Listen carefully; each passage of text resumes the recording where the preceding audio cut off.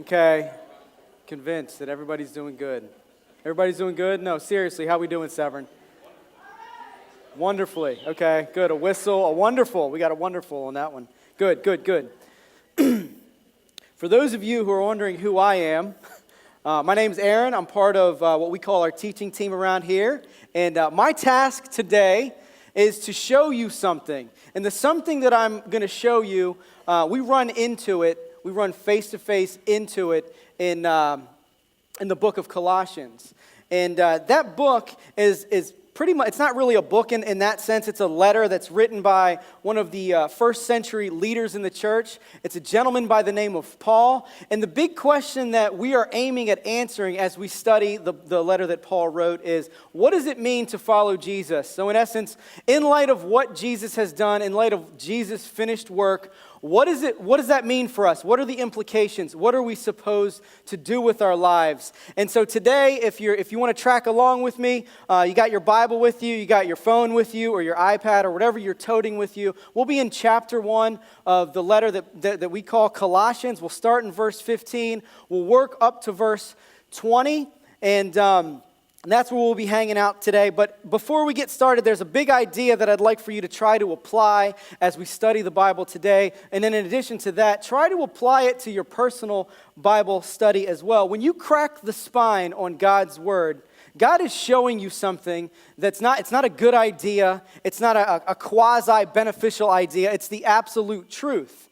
And the Bible tells us that our minds, because of the fact that they're ravaged by sin, because we don't naturally come up with good ideas, our minds are supposed to be transformed by the truth. I am convinced that the truth that God delivers in the Bible is the truth that is supposed to transform the way that we think, the way that we live, the way that we love, the way that we do absolutely everything that we engage in. And these 5 verses that we're going to study today, I want you to think of those as the hinges. They're the hinges of this letter in particular, meaning that everything that Paul has said leading up to this point and everything that he's going to say after this point make absolutely no sense if we divorce ourselves from these 5 verses. And I'll take it even one step further and argue that Christianity itself, if you remove this aspect of Christianity, there's no such thing as Christianity. If we don't apply these 5 verses to how we absolutely understand and engage in what we call Christian living or Christianity or whatever you want to call it,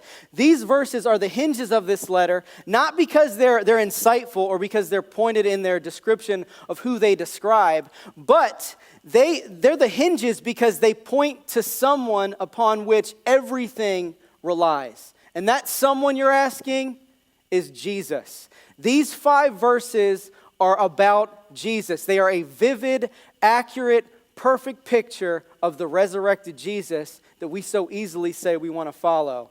And so, one way to understand the person and work of Jesus is the way that a great preacher by the name of Charles Haddon Spurgeon described him. And what he says about Jesus is that Jesus is the central fact of the world's history. Everything either is looking back at Jesus or looking forward to Jesus. All of the lines of history converge on Jesus, and all of the great purposes of God find their absolute and utter culmination in Jesus. So this morning, my goal was to give you 2 really big, high-level ideas that I believe Paul explicitly states in this text. And as we study this text, you're going to see that Paul, he's not giving us a list of things to do. Instead, he's revealing the identity of the Jesus that we say we follow. So we're in verse 15. We're going to go ahead and get started. And what we read there is, he is the image of the invisible God, the firstborn over all creation, for everything was created by him in heaven and on earth, the visible and the invisible, whether thrones or dominions or rulers or authorities. All things have been created through him and for him. He is before all things, and by him all things hold together. He is also the head of the body, the church. He is the beginning, the firstborn from the dead, so that he might come to have first place in everything. For God was pleased to have all his fullness dwell in him, and through him to reconcile everything to himself by making peace through the blood of his cross, whether things on earth or things in heaven. So for me, when I approach a text like this, I like to ask myself some simple questions that might drive the direction that I'll take when I'm studying this text. And the question that I ask myself around these 5 verses is, what in the world motivated Paul to write these specific verses, to give this specific description of Jesus to these people after, when we read in the opener of this letter, that Paul's already saying, these guys, they believe in Jesus. So my mind leads me to believe if they already believe in Jesus, well, then they must know something about him. They must know something about what he's done and what he's capable of doing. But in addition to that, I'd like to give you some of the insights that I found as I studied the Colossian church. The church, as far as where it's at on a trajectory of growth, it's extremely young. And like all of the other churches at that time, it's young because they're just a few decades removed from actually the Jesus, the live rendering of God, walking the earth, living a perfect life, dying an atoning death, and then being raised back to life. So they're not that far removed from the time when Jesus was actually alive. And as far as their cultural makeup, these are not Jewish people. Most of them are what we would call Gentiles. So in other words, they didn't grow up going to the synagogue. They haven't spent time studying under a rabbi. And like some of us, we could actually consider them unchurched. If I'm thinking of myself in particular, I would consider myself unchurched. I grew up loosely affiliated to a church. I had loose ideas about what church was, what Bible study was, what it meant to go to church. So these people, in a lot of ways, they're unchurched. Their experience with church is being built as the days go by in the church at Colossae, where they call home. So like us, despite their lack of experience with Jesus, with God, with God's word, they've seen proverbial images of God. They've seen proverbial images of Jesus in the way that people talk about God, in the way that people describe Jesus' work, in the way that people interact with each other as a result of Jesus' work in their lives. And from these pictures, the Colossian church what they've done is they've formed ideas, they've drawn conclusions, and they've established expectations with regards to who God is and what God's capable of doing. But the catch here is that there's a ton that they have yet to figure out when it comes to who God really is and who Jesus really is. And as a result of the belief system that they're being called out of, one that relied heavily on calling on angels or superpowers or whatever you want to call them, the spiritual realm, to combat their day-to-day trials, their day-to-day struggles, their perceptions of things that were evil. They called on spirits to handle that end of their lives. And as a result of that, the risk that they ran, which is a lot like the risk that I ran coming from an unchurched camp, and it's a lot like the risk that all of us run when we come up with ideas about God on our own, is we take this Jesus and we add him to the melting pot of spiritual ideas that we have. And we might think of him as like this God that's going to come in and he'll round us out a little bit, he'll enhance how we're living, he'll make things a little bit better, but he's impotent when it comes to him actively making me different,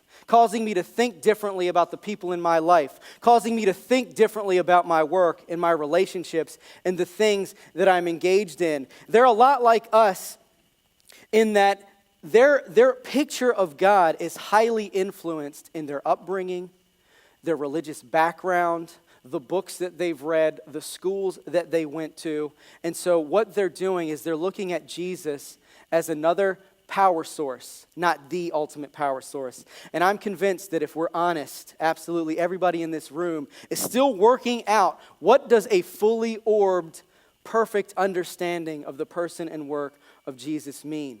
What does it mean to follow Jesus at all costs? And if you haven't, like if you're a person and you're sitting in your chair and you're like, I don't really imagine things about Jesus. Well, let me just level with you. You've seen other people imagine things about Jesus then. You've seen renderings or depictions of Jesus that are highly inaccurate. And because of that, we can make the simple deduction that if Paul is giving us a perfect, clear, vivid image of Jesus, he's addressing a mindset that existed in the church filled with Colossian believers, and it exists in the churches that we've called home or the church that we currently attend. And what Paul is saying is, people, do not come up with another idea about Jesus. Allow your ideas about Jesus to be shaped by who he actually is, to be shaped by the truth regarding the risen, resurrected Jesus. And for some of us, what this really means is like we have a Jesus of our agenda, or a Jesus of our interests, or a Jesus of our likes, or a Jesus of our ideas, a Jesus that really likes our upbringing or really hated our upbringing, a Jesus that really likes a particular religious group, or a Jesus that really hates a particular religious group. And the reason why I'm saying this is because I personally have applied the biases that I have, the subconscious thoughts that I have, my patterns of thinking, to formulating ideas about God. And if I've done that with God, what I'm saying is it's highly, highly dangerous. And the reason why I'm doing that with God, though, is simply this. God's hardwired us for a personal interaction with Him. He's hardwired us to know a personal God. The challenge is, because of sin, because of our brokenness, because of our limited understanding, we do not know how to relate to a personal God. And so, in lieu of relating to the personal God that's revealed Himself to us, we come up with ideas, and we formulate images of God that we can relate to based on our standards, based on our goals, based on our initiatives, and we easily manipulate and form that image of God into the God that we want it to be. Paul knows how dangerous this can be, and this is what he's addressing in the church at Colossae. So regardless of the scenario, what I believe about people, and you can disagree with me if you think I'm wrong, but what I believe about people is we imagine reality as we want it to be rather than embracing reality for what it is. So in other words, we come up with ideas that we believe are true, but we don't measure them based on any level of truth. And because this is our tendency, our relationship with Jesus is distorted. It becomes distorted so easily. And if we have a distorted relationship with the God-man Jesus, you can bet your bottom dollar that you're going to have a distorted relationship with everyone else in the room, with your job, with your thoughts about yourself, your thoughts about life in general. And instead of seeing people and valuing people for who they are and how they've been made, you're going to arbitrarily assign value to people and to things, and you're going to pursue things that you find to be valuable, and you're going to reject things that you find to be or that you find lack value. And what I mean there is you're going to gravitate toward things that you like, things that you dislike, you're going to completely discard. And that's the trend, that's the idea, that's the thought process that I believe Paul is addressing, because the image of Jesus that had been underhandedly served to the Colossian church was an insufficient Jesus. It was a picture of a Jesus who, he came in, he rescued you from sin, but he had no idea what to do with you after that, so he left you to your own devices, wrestling the day-to-day sin that you continue to encounter in your personal life. He was a God that could only go so far. He was a God that could get you out of the danger that you were in, but he wasn't a God that could absolutely transform the life that you're living today. He was an insufficient Jesus, a start of a new life, but unable or incapable of bringing about absolute transformation in every part of your life. Now, the interesting thing here, and this is actually, to me, this is a very, very hopeful piece of information. What Paul is not saying here is, so the church at Colossae, it's collapsing. Nobody believes in God anymore. They're not following Jesus. Close the doors. Everybody go home. He's not saying that. Despite their lack of understanding with regard to who Jesus is, despite the fact that at that time they had no New Testament, they hadn't really studied the Old Testament, despite all of their flaws, all of their limitations, and all of their weaknesses, Paul opened this letter proclaiming that they were people that were in Jesus' camp. They themselves were followers of Jesus. And so I'm convinced that Paul, what he's doing in response to what he's seeing and hearing about the Colossian church is he's responding to our absolute demand to follow a God that we are convinced knows us deeply and loves us beyond our imagination. Paul knows that we cannot serve a God that doesn't know us. And that's why Paul's saying what he's saying. He knows that we need a God that can understand us where we are today, that can love us based on who we are today. And in verse 15, here's what we hear from Paul. He says that Jesus is the image of the invisible God, the firstborn over all creation. And then you jump up to verse 19, and he goes on to say, for God was pleased to have all his fullness dwell in him. What Paul is revealing here about Jesus is the first big idea that I want to put before you today. And that idea is simply this, that in Jesus, we see a perfect picture of God. In Jesus, we see a perfect picture of God. It cannot get any more explicit than this. What Paul is literally saying to the church in Colossae is when you look into the eyes of Jesus, you're looking into the eyes of God. Jesus is the icon of God, the accurate, perfect representation of God. The life of Jesus reveals who God is to us, how God desires to interact with us, what God does for us, what God does through us. And in the Jesus that Paul is revealing in verses 15 through 20, I'm just going to give you a little crash course on this picture of Jesus that he's outlining. We meet the Jesus who's responsible for creating and then holding absolutely everything together. This is the entire universe. He's holding absolutely all of it together. He didn't just make it, he's sustaining it, and he's holding it all together. He's making sure that it doesn't utterly fall apart. We meet the Jesus who loves and sustains the church that he's building. We meet the Jesus who was willing to leave the safest, most awesome, most familiar place in the entire universe to enter the unfamiliar, to take risk, to interact with people that didn't really care about who he was. He left safety to take risk. He became completely insufficient so that we could find ultimate sufficiency in him.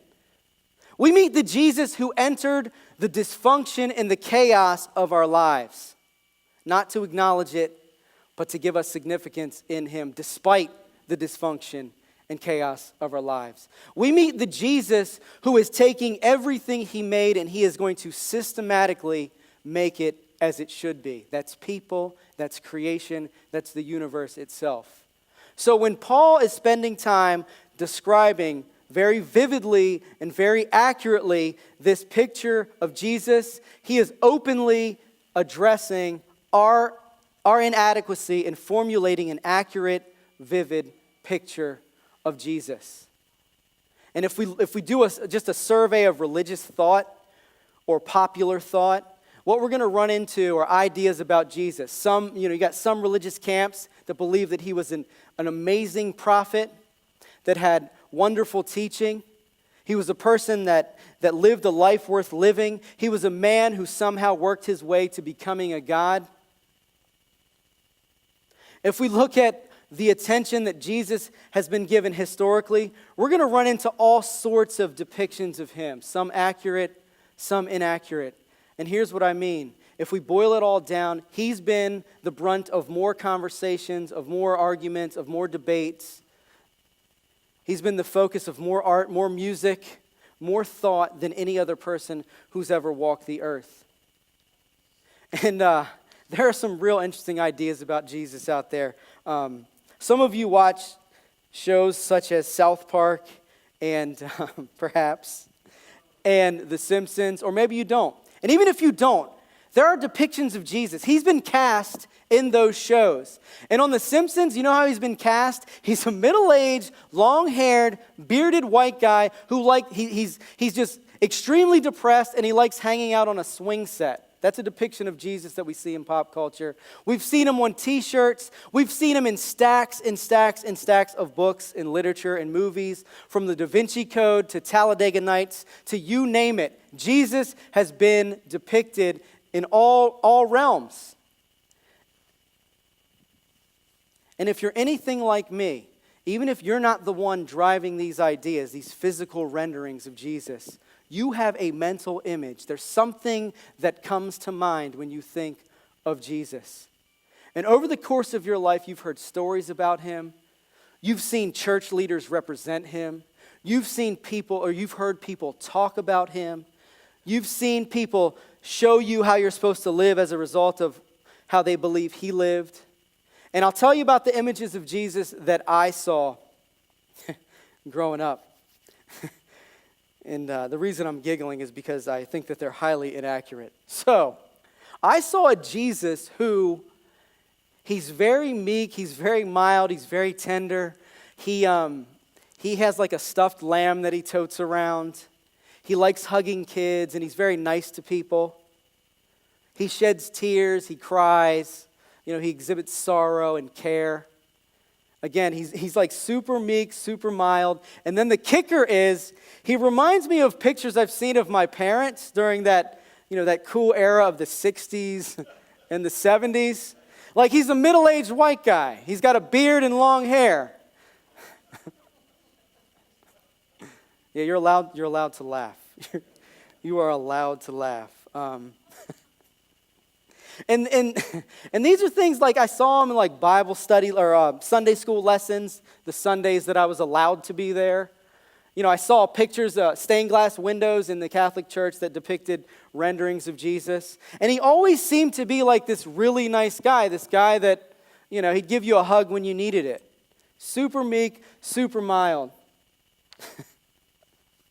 But what I noticed about all of those images after having read the Bible, studied Jesus' biographies, which are the Gospels, what I noticed about absolutely every one of the images that we've created about Jesus is they conceal far more than they reveal. And because of this, I had some real personal notions, some ideas, some thoughts that I had developed about Jesus. One of those thoughts was, I knew, I was running with some crazies as a youngster. So the Jesus that I met that liked stuffed animals was the Jesus that was going to get clowned in my neighborhood. Was the Jesus that wasn't tough enough to play street basketball with those people. He was a Jesus that just wouldn't have made it. He wouldn't have made it where I lived. He wouldn't have made it in the school that I went to. He was not tough enough. And some of us, we follow a Jesus who's hyper-focused on what we're passionate about. And maybe that's a political bent, or maybe it's like a social bent, or maybe it's an idea that you believe you're supposed to be passionate about. Some of us, we're following a Jesus who's more like a 911 dispatcher than he is a God who's in the trenches of life with you. He's someone that you dial into when you're experiencing personal turmoil in your life. But he's a God, he's like, where is he? Where is he when the day-to-day hits? He's a Jesus who's not there. Some of us are following a Jesus that he'd never call us to interact with those people because those people are too dirty. Those people use the wrong language. Those people are too sinful.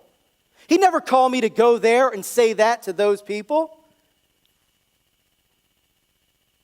He's a Jesus that he upholds our values, but he winks when I'm sleeping with my girlfriend. Or he winks when I'm engaged in some sinful behavior. He's a Jesus who's given us a checklist of things to do in order to earn his acceptance. For some of us, that's the Jesus that we follow. And here's one that really rocked my world as I was studying this particular text. And this is a portrayal of Jesus that I will tag this to myself because this is personally how I feel I've depicted Jesus. And it's this one. It's the Jesus who I applauded when he came after me, his enemy. The Bible says that I was hostile in thought and deed towards a righteous and holy God. I applauded, I clapped, I cheered when he came and rescued me, his enemy. But I have a hard time imagining that God would rescue my enemies. I have a real hard time imagining a God that's going to go behind enemy lines and rescue the people, the political systems, the organizations that I perceive are my enemies. Because here's what I think about my enemies in and of myself. And I think Jesus, and this is what I portray on Jesus. He knows that my enemies, they deserve justice, not rescue. They deserve retaliation, not reconciliation. That's the idea of Jesus that I've invented. And what I fail to realize is when we see a picture of God going behind enemy lines, it's not that we were trapped by the enemy and we weren't the enemy and he was coming to get us out. We were the enemy. When he went behind enemy lines, it's because I was part of the enemy line. And he didn't leave me there. He brought me out of that. We weren't captured by the enemy. We were the enemy. And so for me, if I make this really, really personal, the turmoil of my life demanded something more than a meek and mild Jesus. The meek and mild Jesus was not going to take the shame and the guilt and the pain and the anguish that I was experiencing as a result of aborting a child. The meek and mild Jesus wasn't going to do that. I needed him to be tough enough to knock me down and tell me first and foremost that that was wrong. And I needed him to be tender enough to say, guess what? It's wrong, but it's going to be okay. That's the Jesus that I needed. I needed a Jesus that wasn't just meek and mild. I needed a Jesus that was hard as nails. I needed the Damascus Road Jesus that was going to knock me off my horse and pick me back up again. That's the Jesus that I needed. I needed a Jesus tough enough to thwart the addiction to drugs, the pursuit of using people and things to my personal benefit.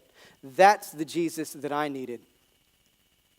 I needed Jesus to paralyze me in my tracks, to put me at a dead stop, a dead halt, and to redirect absolutely every aspect of who I am. I needed a Jesus that was tough enough to tell me that I was dead and gracious enough to bring me back to life again. That's the Jesus that I needed. I needed a Jesus that was bold enough to go behind enemy lines and see that I was his enemy. And I needed him to look me in the eye and say, it's going to be okay. I'm taking you to the other side. I needed a Jesus that was powerful enough not just to rescue me from sin, but to sustain me as I continuously wrestle and combat the day-to-day war against the sin that plagues my life. And the thing is, like, my imagination wasn't enough. I never would have come up with the picture of Jesus that we see in these 5 verses. The Colossian church never, in and of themselves, would have come up with this picture of Jesus. Because what Paul is introducing is a God that cannot be conquered. He's introducing a God who sustains everything, a God who rescues and defends what he loves, a God who loves his enemies. The image of Jesus that we see Paul outlining is the image of God that people have always craved. Our challenge has always been that we lack the wisdom because we lack the wisdom in coming up with this image. We're never going to create a God that's as loving, as caring, as wise, as gracious, as just, as powerful as the God that we see in Jesus. And the God that we see in Jesus is one who's capable of looking at absolutely every layer of our dysfunction. Our relational dysfunction, our psychological dysfunction, our emotional dysfunction. You name it, he's capable of seeing absolutely every layer of it and reordering it. And in verse 20, here's what Paul goes on to say. He says that through Jesus, God is reconciling everything to himself by making peace through the blood of his cross, whether things on earth or things in heaven. It's a big deal. And what Paul is doing here is he's doing a bit of a course change for us because he's turning our direction, our focus from a God who created everything to now a God who's going to rescue and restore the things that he created. It's through Jesus' sinless life. This is what Paul is thinking of when he writes this letter. It's Jesus' sinless life, his atoning death, his glorious resurrection that is going to put in motion a plan to reorder all things. It's going to validate the fact that God is who he said he is and can do absolutely everything that he said he can do. And ultimately, Paul is saying Jesus is the God who's always existed. He's the God who has the power to create, to sustain, to rescue, to restore. He has the power to protect, to defend that which he loves. He has the power to win back a people who are trapped in slavery to sin. That is the Jesus that Paul is telling us about. He's a Jesus who's capable of looking at our dysfunction, addressing our biggest fears, taking our hopes and our aspirations and reorienting them to him and him alone. That's the Jesus that Paul is talking about. And ultimately, he's a Jesus who's able to give us a righteous standing before a righteous and holy God. And the next big idea that I believe Paul is trying to convince us of is simply this, that in Jesus, God sees an absolutely perfect image of us. And to illustrate this, I'm going to walk you through what we're calling an Old Testament story. If you're familiar with the Old Testament, the book is called Exodus. If you're not familiar with the book, I'd encourage you to spend some time there. There's some big things that happen. There's a lot to learn with regards to who God is and what God does through that book as he interacts with the people that are in that book. But to get to it, what we see in the Exodus story is we see God's people. They're called the Israelites. They're Israel. They've been taken captive in a place called Egypt. They're slaves. So in other words, they're being slave-driven. They're the victims of what we could just call slavery. They're the victims of an oppressive political regime. As a result of that, they're time and time again subjected to forced labor, harsh working conditions. And what that does to a person, coercion, I mean, you name it, they're subject to all that. And what that does to a person is it creates deep psychological, emotional, spiritual, and even physical scars that you don't just overcome, you don't just heal from. And the Exodus account shows us a God who responds to a people who are clamoring for help, for a people who need to be freed from the slave driver. We see God inflict pain, natural disaster, physical loss, economic collapse on Egypt.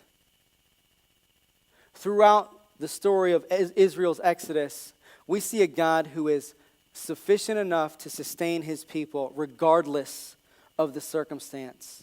We see a God who's powerful enough to overcome the worst of oppressors.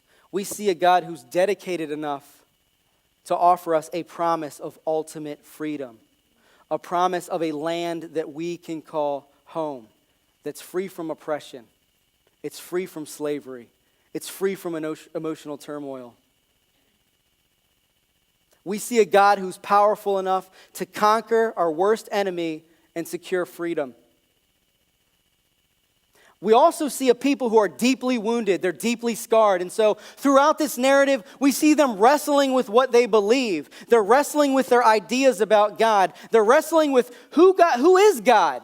Can we really trust him? Can he do what he said he's going to do? And so time and time again, they default in their thinking. They go to their default mechanism, which is completely jaded. It's scarred, it's marred, it's warped, it's distorted. And they come up with ideas about God.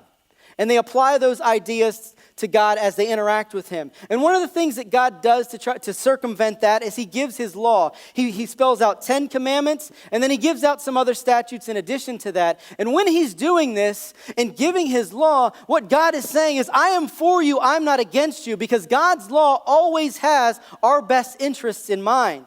And what God is giving these people is a way to recalibrate the way that they think, the way that they live, the way that they do life. Because this is a best case scenario for human beings. God's law, God's way, what God is going to ask you to do, if you're kind of thinking through this and you want a working definition of this, God is never going to tell you to do something that's not ultimately for your own benefit or your own good. Regardless of how hard it feels or how hard it seems or how much pain it may cause momentarily, he's never going to have you do something that you're going to regret. And the reason why you won't regret it is when you follow God, it's always worth it. Whatever you're going to be called to walk away from to follow Jesus is going to be worth it. The best is yet to come in that regard. So we read about a God who is openly addressing a people who's scarred and marred by social injustice, by racism, by abuse. We see a God that is interacting with his people, and we see a people who time and time again forget who God is and what God's doing. And it becomes abundantly clear that the circumstantial change, the fact that they're not in Egypt anymore, that wasn't the problem. The economic change, the fact that God's ultimately just providing for them time and time again. And I think the Bible even talks about the fact that like their sandals didn't wear out, their clothes didn't get holes in them. They were well provided for, well cared for. They've seen miracles. The problem was not their circumstance. What we see at work in these people is the fact that ultimately they were enslaved to an idea about God. And ultimately, if you're enslaved to an idea about God, you're enslaved to sin. And that is something that's far more powerful than Egypt's Pharaoh or any of the oppressors that we're going to face in our lives. The God that they imagined, unfortunately, wasn't even interested in deep life change. The God that they imagined was just going to get them out of there and then send them on their way. Everything was going to be kosher after that. That's what it was going to be. But the God that they were encountering was a God that was saying, that is not a best case scenario for you. You need deep life change. You're not going to survive otherwise. What we learn ultimately is that Israel, despite their task list, despite their understanding of the law, they couldn't break their own chains. And all through the Exodus account, Israel saw glimpses of God, but what they never saw was a clear image of him. They heard his voice. They saw him in the pillar of cloud during the day. They saw him in the pillar of fire during the night. They saw God's handwriting on the stone tablets. They helped resurrect or erect the tabernacle where they worshiped God. But all the while, they lacked the understanding of who God really was. Because here's what we do. We don't naturally imagine a God who loves his enemies. We don't naturally imagine a God who's willing to take on the oppressor. We don't naturally imagine a God that wants to reconcile us to him. Because we don't naturally imagine ourselves as enemies of God. What I'm about to say next, I think, is huge for everybody that's ever lived and everybody who ever will live, and it's this. Because of our sin, we are absolutely incapable of creating an accurate image of God. And here's what God does. He doesn't say, sorry to those people. They can't come up with it on their own. They're not smart enough. They're not wise enough. So God provides the image in Jesus. He literally provides the image that we've all craved, that we've all longed for, that our lives demand. He provides it in Jesus. He gives it to us in Jesus. He gives us a perfect, vivid, working image of who he is. And it's not an abstraction. It's not a symbol that points to a God. It's an accurate rendering of who God is.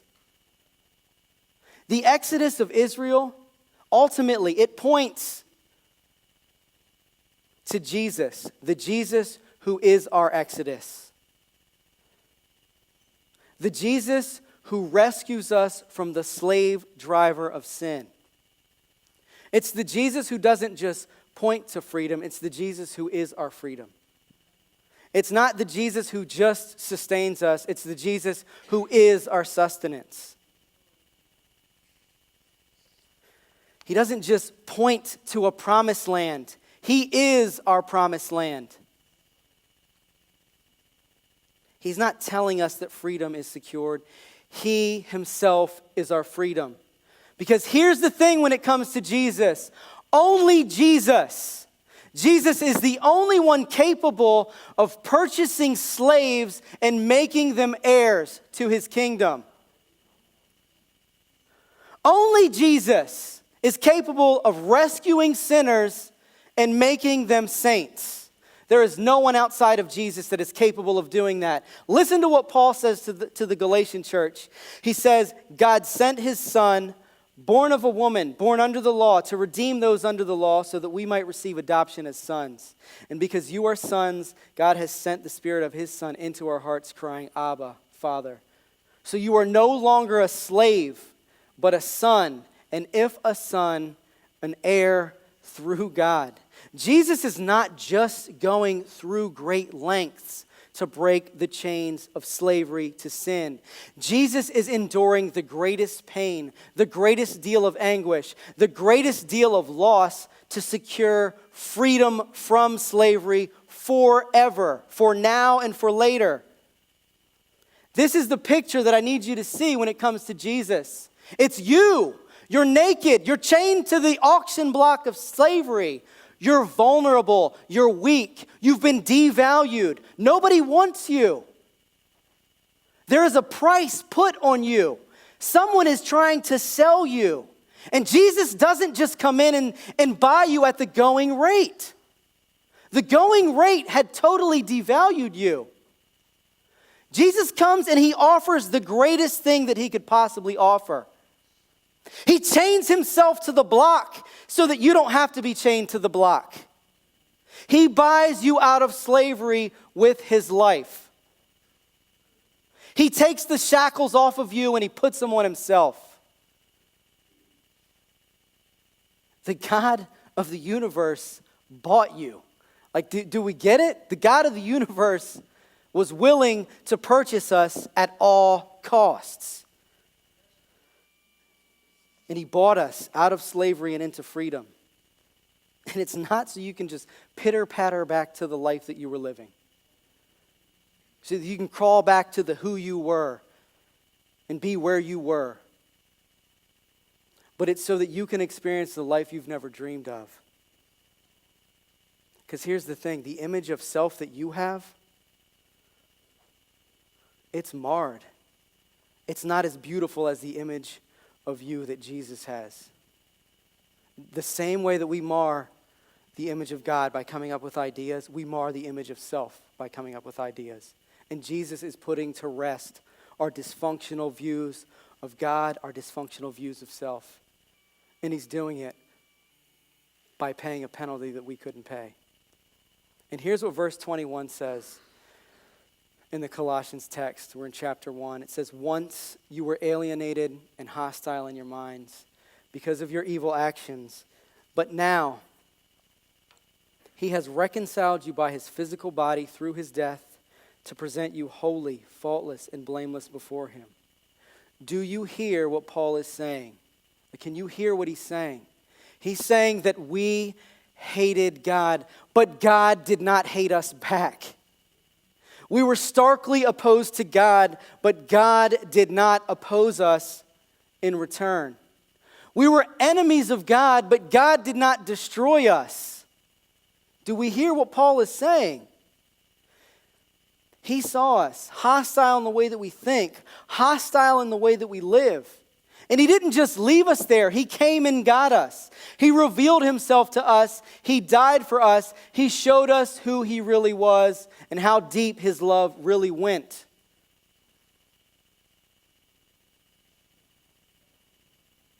The God we meet in Jesus, he's not a God that just goes around executing justice and eradicating his enemies from the face of the earth.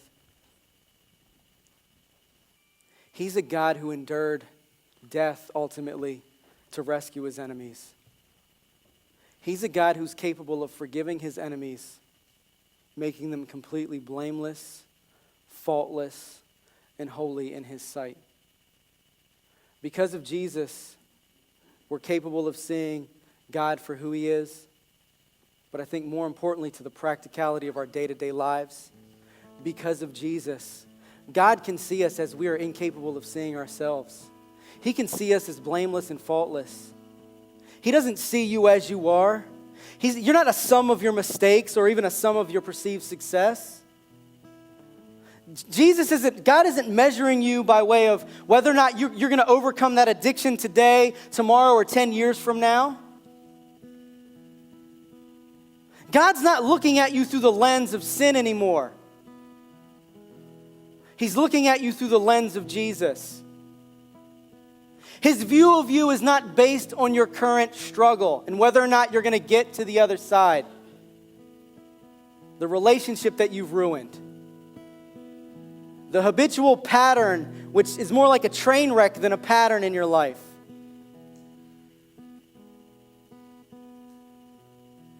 God is not basing his view of you on your inability to see him for who he is. He's basing his view of you on Jesus' finished work. Your image in sight of God is based on the sum of Jesus' work, the sum of Jesus' perfect life, his innocent death, his glorious resurrection.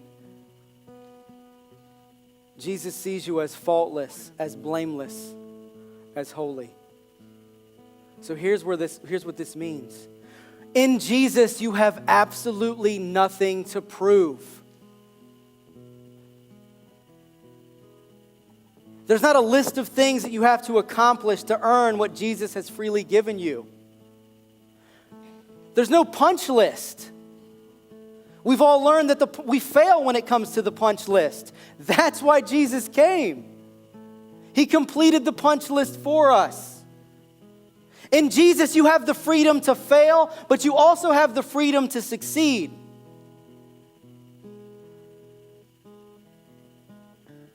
You have the freedom to take risk. You have the freedom to live a life worth living without having to try to manipulate your image of God to make yourself feel good about the way that you're living. And this is all because Jesus has put to rest our dysfunctional image of God, and he's equally put to rest our dysfunctional image of ourselves.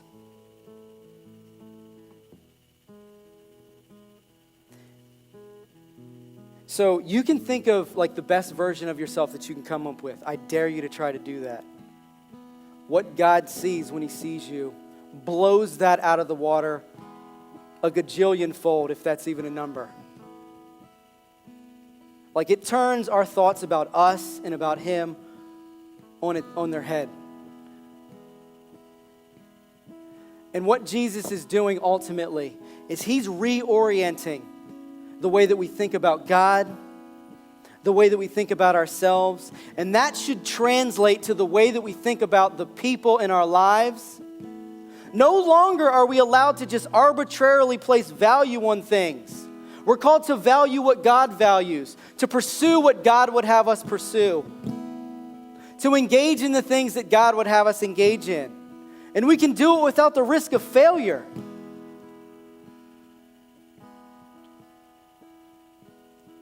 So to summarize this and just kind of put a nice little bow on it at the end, if you're here today and you're walking through a story, it's your story. God's given you breath, he's given you life, he's given you today. If you're walking that story out and you've yet to reconcile your life with God, you're not going to regret doing it today. You're not going to regret doing an about face and running headlong from what you're in pursuit of and running towards the arms of a Jesus who's tough enough to confront your worst enemy, your worst fear, and he's tender enough to tell you that everything that you've broken and destroyed and maimed is going to be okay. He's capable of doing that. And if you're here today and you haven't reconciled your life with a God who loves you, then I'd encourage you, stick around when I close. There are people here that would love to talk that out with you. You're not going to regret it.